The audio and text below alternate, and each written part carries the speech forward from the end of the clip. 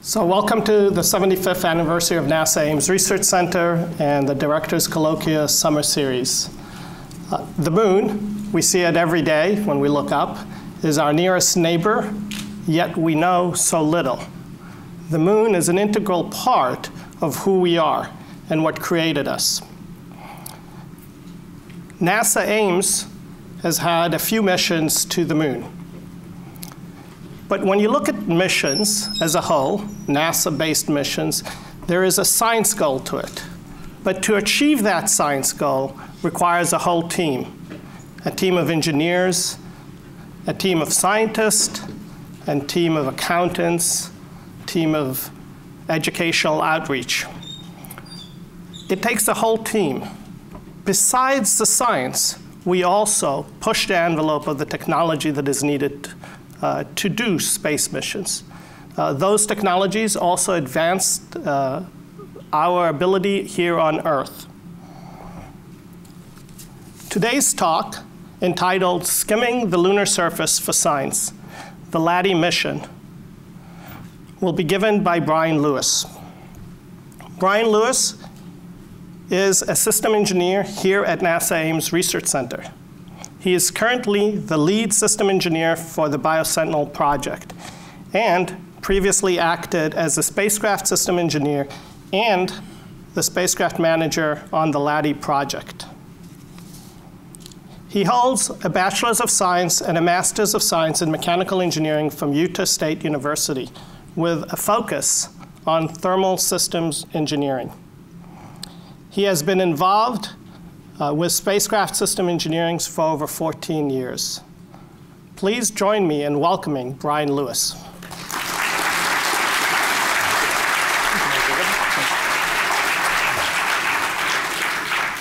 All right, thank you all very much. It's an honor to be here today. It is a little bit intimidating being placed between Robert Zubrin and trying to lead in for Rusty Schweikert, but I'll do my best and try to give you some interesting things that we learned while testing, launching, and flying LADEE. Like Jacob said, I was the spacecraft systems engineer for a little bit, and then my last role on the project was as the spacecraft manager on the project. So I was, like Jacob said, focused mostly on making sure that the technologies that got our science instruments into orbit worked together when they were all brought together. As a little bit of an intro to the LADEE mission itself, the objectives of the LADEE mission were to measure the lunar dust and examine the lunar atmosphere. The LADEE mission was originally awarded back when we were still on a path to placing astronauts on the moon, and the science rationale was to try to characterize that thin exosphere around the moon before we landed astronauts there and landed rovers and started building bases and started disturbing that atmosphere. So we know what it was in a pristine condition. As you all know, we are now on a path on placing astronauts onto asteroids with the goal of getting them toward Mars.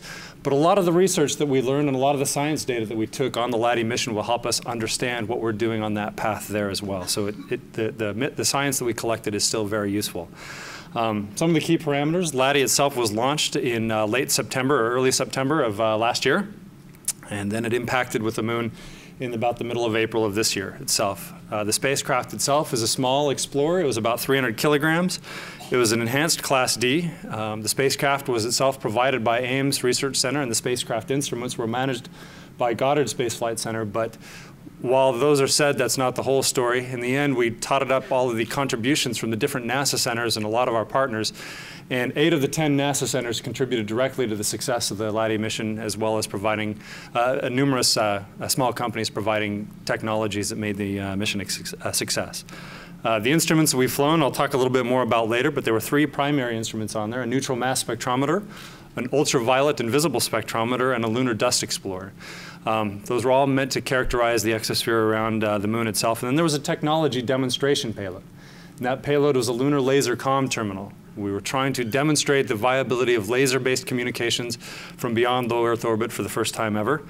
And then as another first, the mission itself was launched off of a Minotaur 5 launch vehicle out of Wallops Flight Facility in Eastern Virginia. This was the first flight of the Minotaur 5, and we had a little bit of birthing pains with that as well. Won't talk too much about them, but there were a lot of firsts that we did with LADEE, even though it was a low-cost mission. In terms of science objectives, I talked a little bit about these before. We were trying to determine the composition of the lunar atmosphere in an undisturbed state. Since we hadn't landed anything there for quite some time, we thought that this would be in a relatively pristine environment. And then we wanted to characterize that environment, measure its spatial and thermal and temporal variability, and the impacts that different things like the solar wind, the Earth's magnetosphere, impacts from meteoroids or asteroids would have on the lunar atmosphere as well. And one of the reasons that we wanted to do that was that we were able to take the science that we learned there and apply it to other small bodies around the solar system. Places like Mercury, the moons of Mars, the moons of Jupiter, small asteroids, all of these types of bodies around the solar system are surrounded by thin exospheres, much like the moon has. And so what we learned from this mission, we'll be able to use to characterize and inform our operations around those bodies in the future.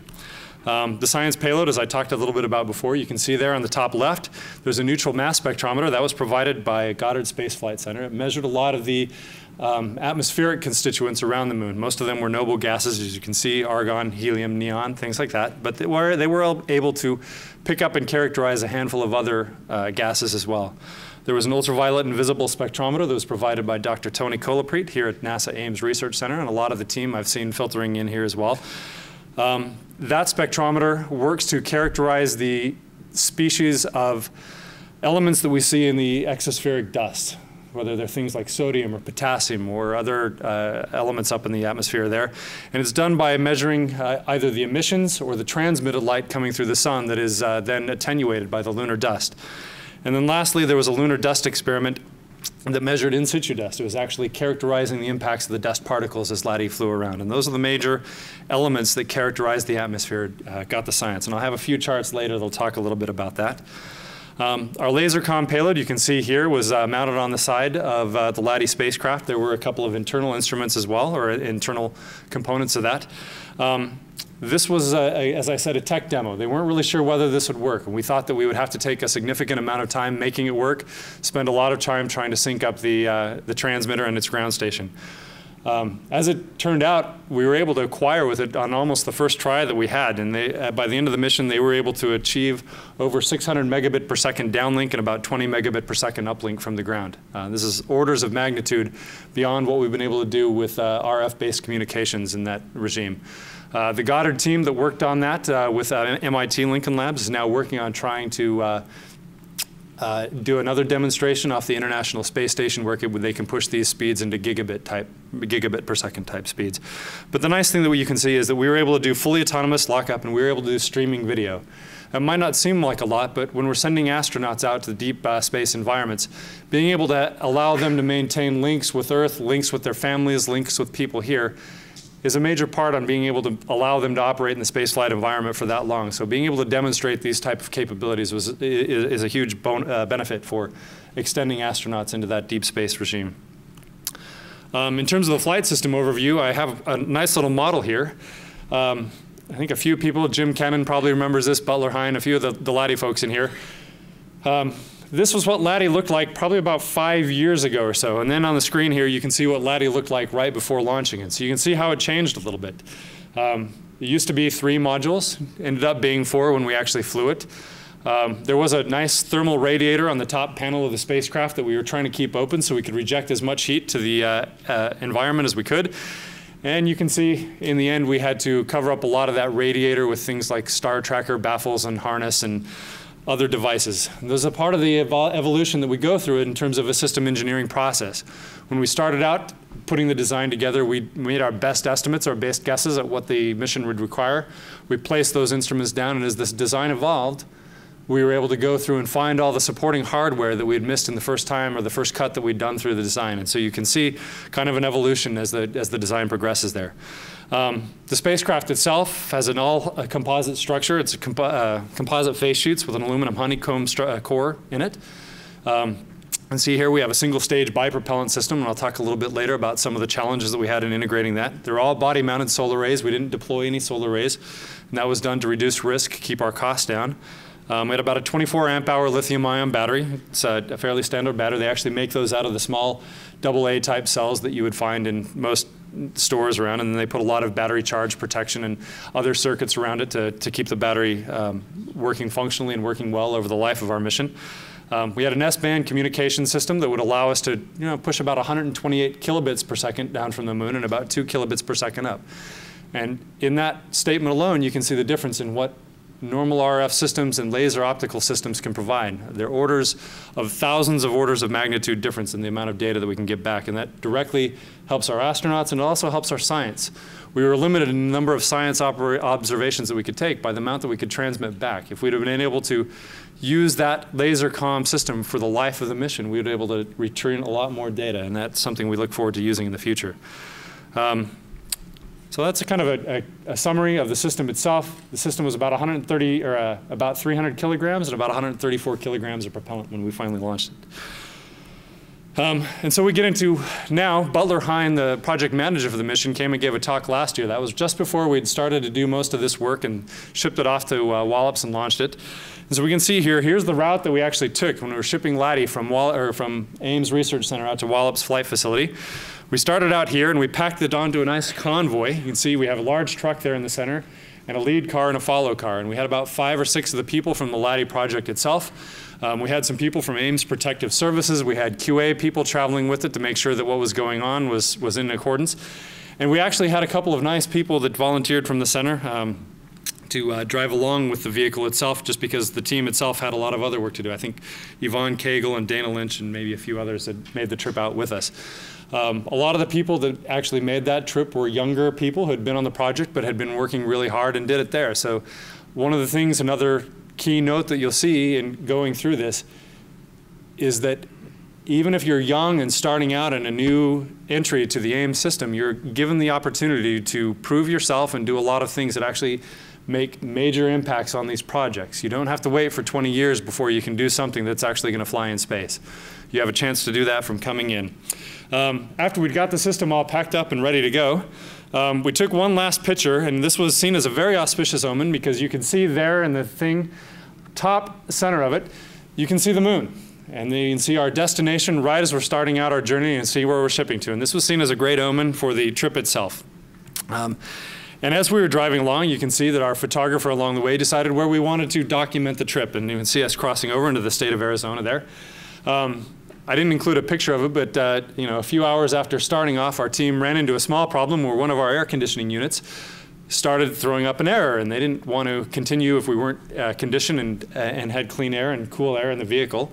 So they actually had to stop at Dryden Flight Facility and take and stop and repair that unit. Luckily, it turned out to be a wire that had kind of vibrated loose, and they were able to repair that fairly quickly and continue on their way. But it speaks to the challenge that you see that you didn't really plan for or expect, but all the things that you have to kind of have a contingency plan in place for. Continuing on, you can see that the moon in the background with LADEE traveling became a frequent focus of the pictures that our documenter decided to focus on. This was as they were crossing over from New Mexico into Texas. And then you can see them pulling in on their on their midway stop into Amarillo, Texas. That was where the team stopped about halfway through and took about a half a day or a day break in the middle of their driving. And again, you can see LADEE with the moon up in the thing. I think our videographer was becoming a bit of a lunatic at this point. And that's the last really horrendous pun that you'll get for the day. Continuing on, after we left, we'll go back one of the items that we were concerned about, as we were coming into Amarillo, Texas, about 4 or 5 days prior, there was a string of very large tornadoes that had passed through Oklahoma City. Some of you may remember it from last year. There was a lot of destruction. There was a lot of people that had lost houses. A few people had lost their lives and whatnot. And we were concerned about it, but by the time that we'd got there, the crews had cleaned up their route enough that we were able to continue on through it. But I know we had to consider whether we wanted to head north into Kansas or south into Texas or a few different things along those way. And the team itself and our protected services had to set up a lot of different waypoints or way stations where if we ran into inclement weather or something like that on the way, we could get LADEE into a resting space within 2 or 3 hours. So they had to do a lot of work in planning that route out. You can see here the next day they're starting to pull into the state of Virginia. As light came back up again, I don't have a lot of pictures from that point. I think our videographer became tired at that point and he stopped documenting quite as many places they went to. And then on the far side of Virginia, you can see we actually had to go through a tunnel. And we had to do a lot of planning to make sure that LADEE itself and the truck that it was in would fit through a tunnel on the way to the launch site itself. And then on the last picture there, you can see we finally arrived at Wallops Flight Facility on a nice somewhat cloudy day, but a very beautiful day. And LADEE was able to make that trip in very good time and with very good weather. We were actually very lucky with the weather along a lot of the stops on the mission. So when we got to Wallops Flight Facility, we had a few things that we had to do. And one of them is we had to spin balance LADEE. And this was a test or an operation that we were pretty nervous about. As you can see, we had to put LADEE in a large facility, get everyone out of there, and make calculations on how far back from the vehicle they needed to be in case something came off of it. Make sure that everyone was safe in operations and working on it. The reason that we had to spin balance LADEE like this is that LADEE was designed to spin while it's the fifth stage of the launch vehicle fired and thrusted it on its way to the moon. And so we had to make sure that it was very well balanced. For other operations, we had to make sure that that central thruster that you see down in the interstage adapter there was also very well balanced and aligned within about 2/100ths of an inch in order to make sure that we could meet the requirements that we had on operations. And so this test, the team got it up on the vehicle, put some ballast on it, and you can see here, they cut the video in half so we didn't have to watch all of it. But it got up pretty fast. This was about on order of what the spin rate of the vehicle was while it was doing its mission. And that caused a lot of consternations and deep breaths and fun moments. And when we found that it was able to pass that all, we were all very happy. One of the key takeaways that you can see from it there, you can see a very blurry LADEE all around, and you can see our OCS, that main nozzle on the bottom. Very nice, very steady. You can see a perfect shape. They were able to balance that nozzle out extremely well, and the system itself performed over the life of the mission extremely well. Another fun activity was that the team decided to practice their YMCA moves. We have a great Y and an M, kind of a C. In order to fuel LADEE used a bipropellant system. The propellants on it were toxic, they're carcinogenic, they can cause birth defects. So in order to use them, you have to be trained up to use a scape suit, basically a spacesuit without some of the hard walls and radiation tolerance like that.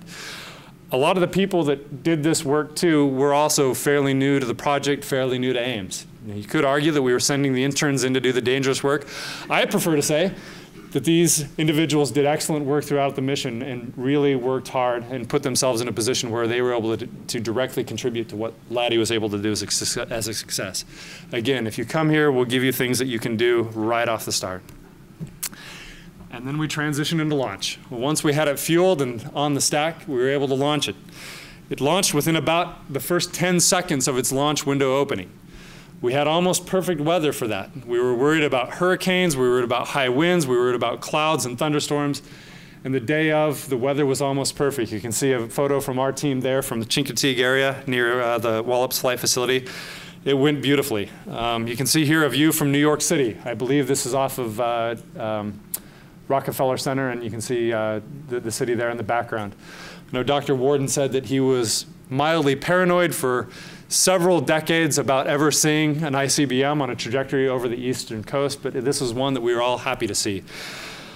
And then one of the more interesting views you can see is here from a suborbital amphibian. The Wallops Flight Facility team, in reviewing the camera footage that they were able to pick up from the launch, was able to find out, unfortunately, there was a small frog that was kind of picked up in a plume from the vehicle itself. Now, the launch site teams do a lot of work to try to scare animals around out of the way. They set off sirens, they have hawks and things like that that they try to get animals out of the way, but they don't always work. This is just one of those serendipitous moments where you see something that you could have never planned or intended. And we now allow the frog to join SpaceBat in our list of unintentional astronauts. LADEE's journey to the moon. You can see here after our launch, we had a plan that took us out on 3 phasing loops. And on each of those loops, we had to plan for up to 2 burns per loop. We were worried that the solid vehicle, the Minotaur 5, since it was the first flight, we weren't sure exactly how well that would inject us into orbit. Turned out that it was almost perfect. Our orbit determination and launch team said statistically perfect is what the launch had provided for us. So we were able to cancel most of the actual maneuvers that we had planned. The one challenging thing about all of this, though, is as you can see the dates there, 9/13, 9/21, those were all during the government shutdown last year. LADEE's flight operations team was determined to be a mission-critical crew, so we got to come in and guide the vehicle and watch the vehicle as it was doing these steps, but we got to come into a ghost center. There was almost no one here. It was like coming into a zombie movie on the weekends and seeing no one around. But while we were able to do that, we were able to execute the 4 burns that put us into a nice trajectory to the moon. And then lunar orbit insertion was, the first burn was performed on October 6th of last year. You can see a summary of the burns down there in the lower right, but you can see the performance error on nearly all of those was less than 1%. The LADEE propulsion system worked very well due to the spin balancing and the structural design efforts that our team went through. There were a lot of questions about the LADEE orbit and why it took us as much effort as it took to put on it. This model is a model of the lunar gravity field that came off of the Grail mission. And you can see here they're showing the relative influence from one side of the moon to the other, and you can see mass concentrations. On the near side of the moon, you can see that there's not a whole lot. Looks like it's pretty mild. And on the far side, you can see some pretty big mass concentrations. And you can see that they're actually pretty spotty, north versus south. LADEE itself was in an equatorial orbit. A lot of the polar orbits are able to get away from some of these mass concentrations, but LADEE's orbit was perturbed highly. You can see a graphic of basically what it does here. As LADEE was traveling around, those mass concentrations on one side of the moon would essentially pull our perigee or periapsin closer and push the apoapse out a little bit farther from the moon. And so, as the mission evolved, we were forced to constantly perform maneuvers to correct our orbit, prevent ourselves from running into the moon, and prevent ourselves from drifting too far away to collect useful science from our instruments. And then you can see down there at the end, that relocated margin, that was time that we were able to put into science operations that we weren't originally booking. And that was due to the near perfect performance that we had from our launch vehicle and from our propulsion system during those burns. We were able to use the extra margin we had to return more science. Some of the science measurements we did, I'll get into these, LADEE argon measurements. These were returned by the NMS instrument. Apollo 17 determined a lot of argon around the moon, and it was not detected by the Lunar Reconnaissance Orbiter. The Lunar Recon Orbiter was a lot higher up than the Apollo 17 were. But one of the questions is whether that argon was really there, whether it was being brought in from somewhere else, or what was going on. You can see a kind of a schematic down in the bottom left hand about what the behavior of the argon was around the moon. When it was hot, you could see those argon molecules picking up a lot of energy from the sun, the solar energy incident on it, and being able to loft themselves up fairly high, tens of kilometers off the lunar surface. And then when they came down over the dark side of the moon, they cooled off fairly rapidly and bounced much lower and basically stuck to the surface. And then when they got back hot, they would pop back up again. And so you can see that pointed out in the graphics on the right, showing from the NMS team, showing where they measured the highest concentrations of argon. Now, there was a fairly large question at the start of the mission about whether this argon would be found in one place or whether it would diffuse all around the moon or not. If this diffusion action was fairly fast, then we would expect to see argon pretty much constantly around the moon, just whether it was hot or whether it was cold, you'd see more or less. However, we know that there is some argon-40 being generated as a result of the radioactive decay of potassium-40 that's in the lunar crust. And if that generation mechanism is faster than the diffusion mechanism, we might be able to find something that there was concentrated argon around the lunar surface. And what they actually did find was there is a fairly high concentration on the lunar surface. It's around minus 50 degrees latitude. It's around an area called Aristarchus, and there are some people working very hard to try to figure out why this is. About all that our mission scientists will tell us about this at the moment is that this location is special. We're not exactly sure why. We think that it has something to do with how the moon itself was formed, how planetology, how the planets are evolving, but they haven't been able to fully explain that yet. That's something that's still ongoing. Moving on to some of our other instruments. This is, I'll talk a little bit more about some of the operations. This instrument, UVS, was a little bit more operationally intensive. They had to put together a lot of different profiles about how we use their instrument so that they could get good data off of it. There's a couple of images here that talk about how data was returned. In this case, as we were coming back from behind the moon in the dark lit portion, they would turn on their instrument and take readings from the dark portion of the moon. And then as they were approaching the terminator, you can see the faint glow from the sun approaching.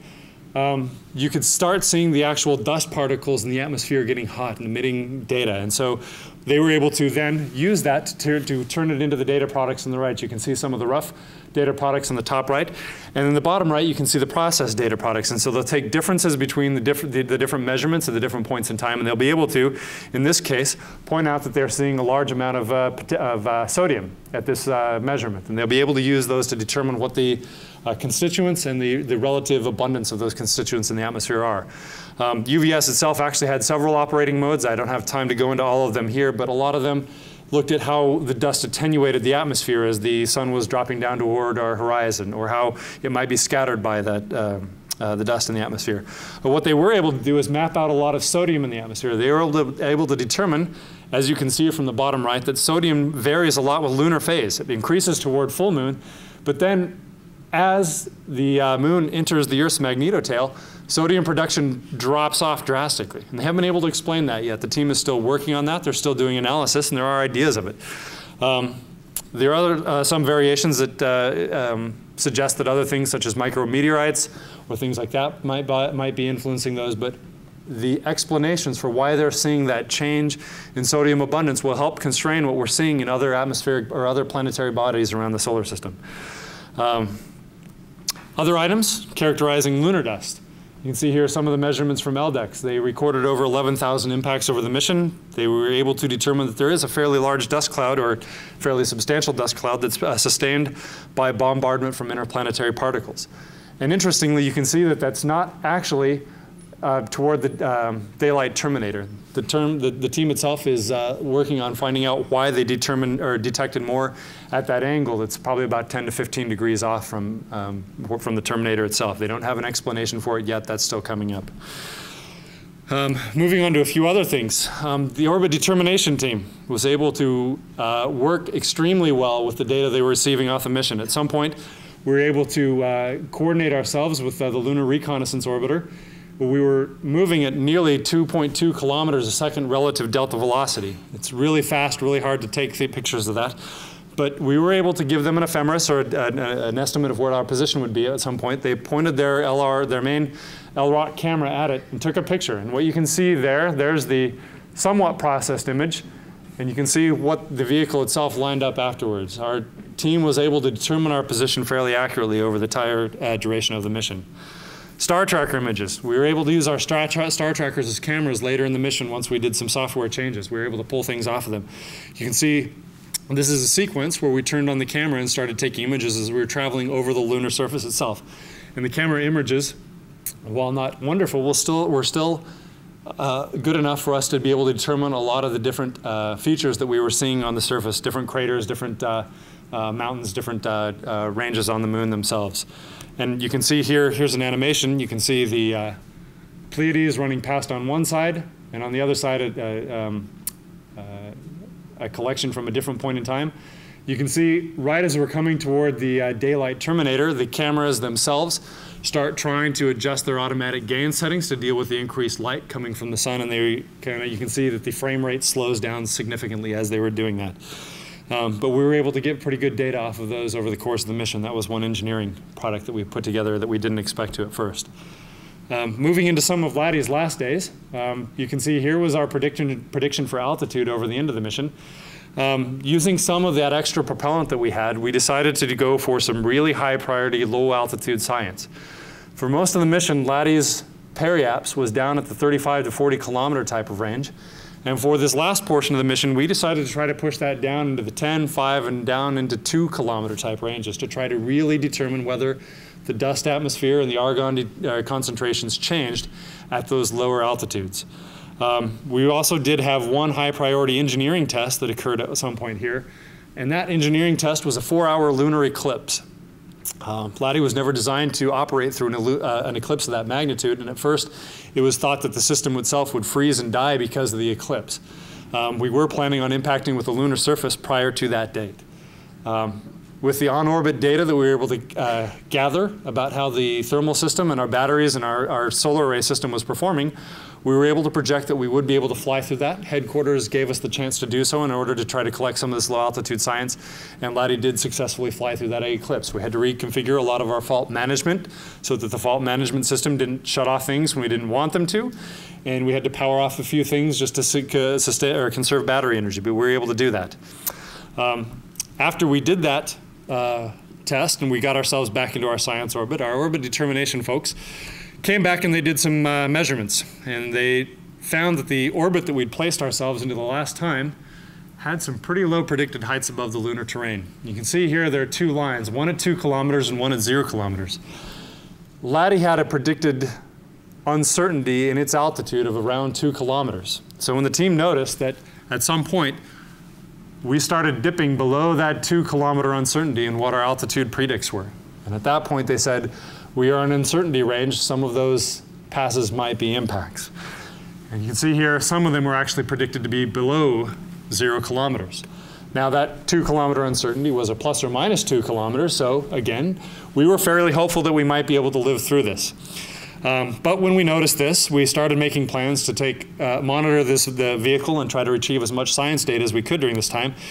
And the team, in somewhat black humor fashion, decided to name these potential impact sites like you would hurricanes. And you can see Andrea, Bruce, Charlene, Derek, Aaron, Francis, and a few others. The naming convention that we chose was that none of these names could be of people on the actual ops team itself, so they couldn't be blamed for anything. But then we came into the ops center itself and started watching as this happened.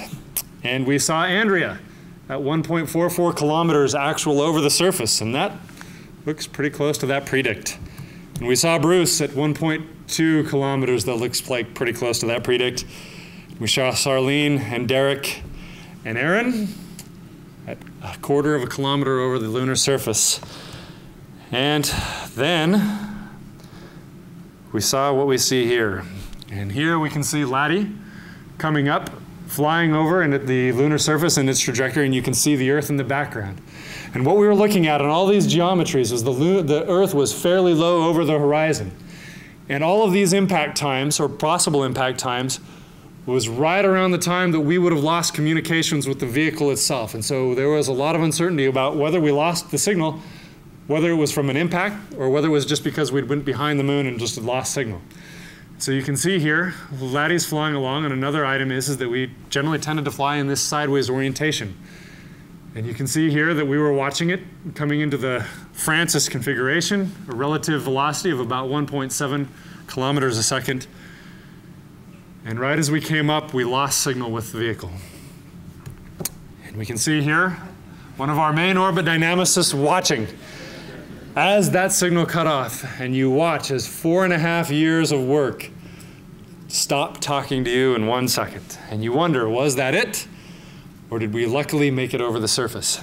And to date, we've never heard anything more from LADEE, and the orbit determination predicts show that we did in fact impact the moon at a site on the outer eastern rim of the Sunman V crater, and the coordinates are there at about 11.84 by -93 lunar latitude and longitude. So if you want to go look at it, you can actually see where those are on a couple of different mapping sites.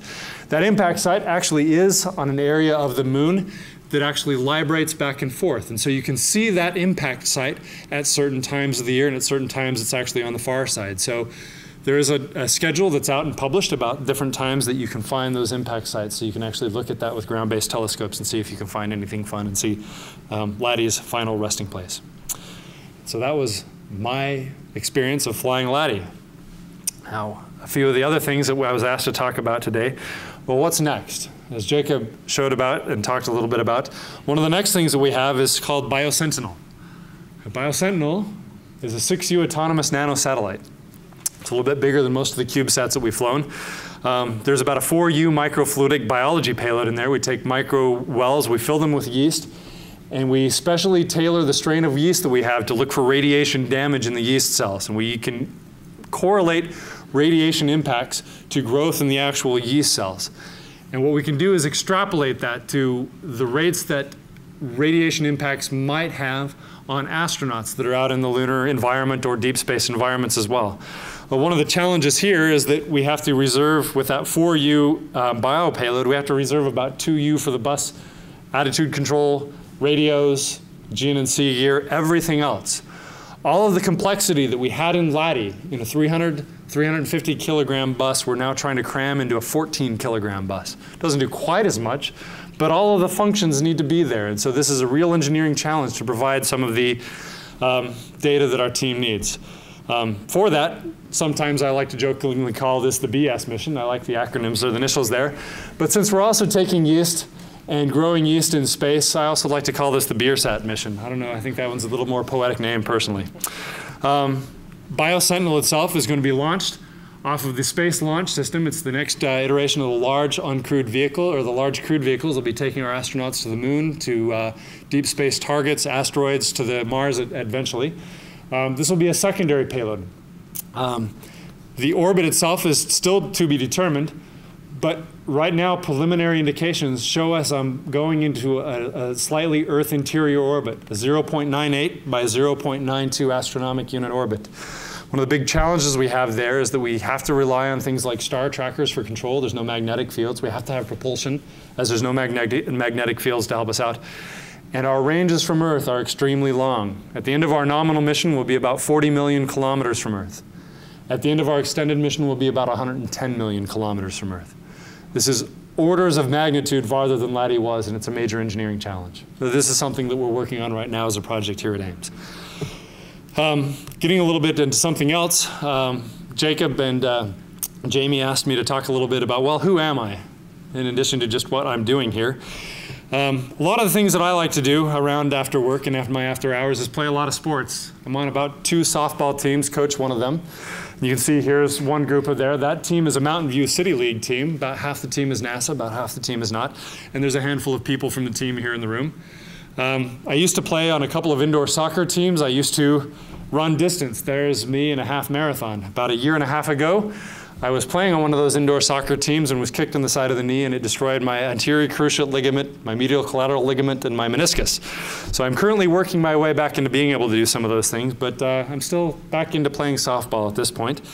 Other things that I enjoy are concerts. And as part of those concerts, I have great fun with Costume Day.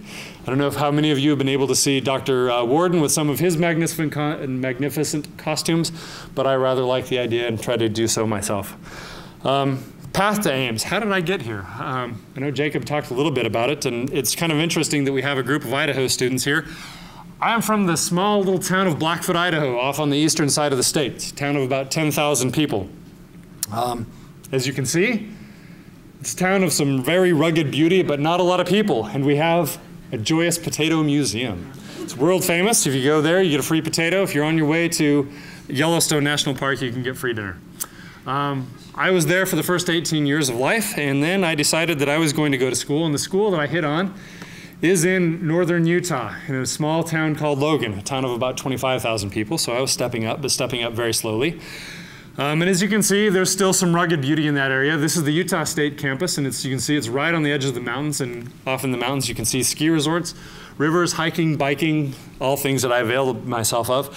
But the real reason I went there was that that school had flown more student payloads as gas canisters, getaway special canisters on the space station or on the space shuttle than any other university had at that point. At that point, I already knew that I wanted to be involved with the space program, and so I went there, and I did 7 years at Utah State, working on a lot of thermal control systems, a little bit of attitude control and things like that.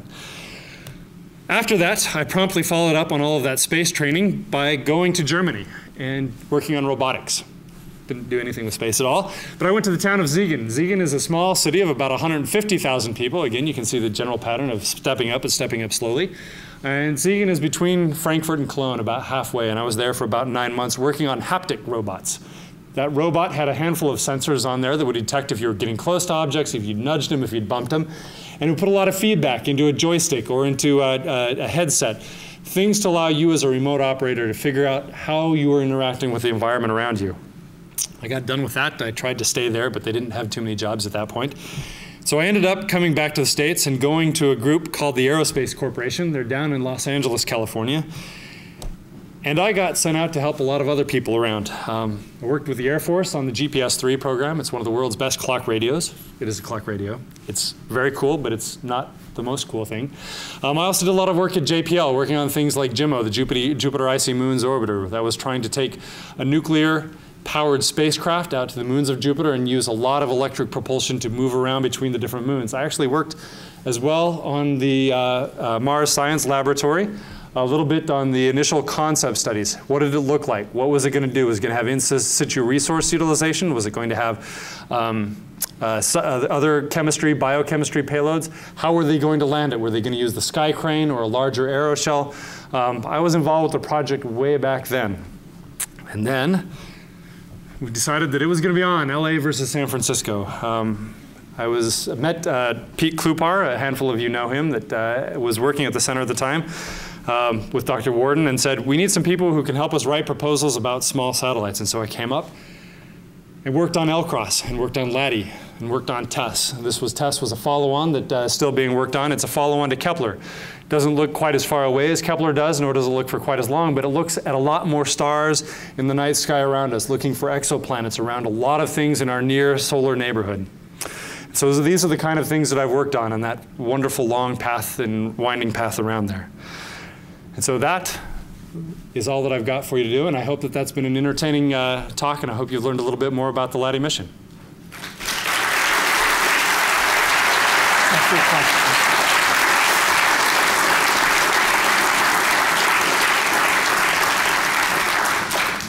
So we have time for a few questions. Please raise your hand, wait for the microphone, and when you get it, please stand up and ask the question. A couple back here, one here. Oh. If I remember correctly, and correct me if I'm wrong, the Chinese had put a lander down while LADEE was up there. Did you see anything? Yes, that's right. Chang'e landed right about middle of the way through the mission. There is still a lot of work going on with the science team. They were able to see something happen about that time. The problem was that there was also a meteor shower right at about that time, so it's very difficult for them to try to disambiguate whether the increased dust and the increased material that they saw was due to the Chang'e lander or due to the meteorite shower at that point. As far as I know, they do not have any conclusive findings one way or another, but I know the team is hard at work on it. I was just wondering, when you did the spin testing, did you have to actually make adjustments, or was it already in balance? We did have to make adjustments. We did have a handful of ballast sites that were down on the bottom of the vehicle that were internal to it, but we also had some ballast sites that were up at the top of the vehicle on the outside. And we came in with an initial set of predictions of what the vehicle would need to balance it off on its final spin. The video you saw there was actually from the second test. We spun it once, made a set of updates, put the final ballast masses on there, spun it a second time, and I believe the second time was close enough that we were able to go with those ballast sites for the final flight.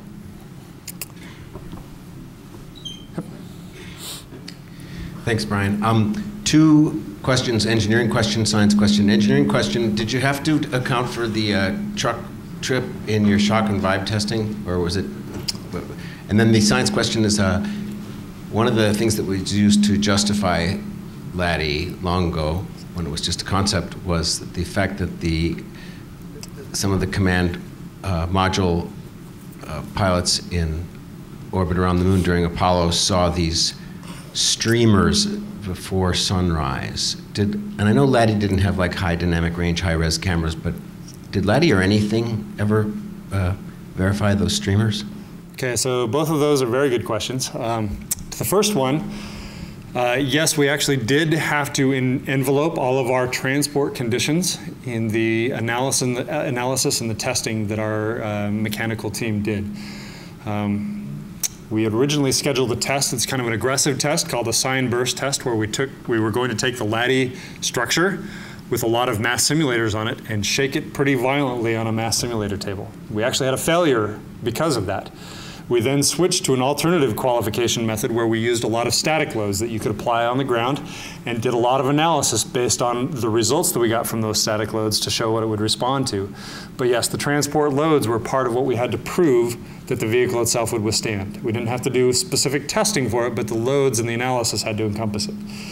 For the second part about whether we actually saw those dust streamers or dust glow, the science team is still working on that. I don't believe they've published anything conclusive one way or another. I don't want to speak on that one because I don't want to say that yes they did when they didn't, or vice versa. As far as I know, there's still analysis going on, and it is still unknown. So sorry, I can't answer that better for you. Other questions? That looks like about it. Thank you very much.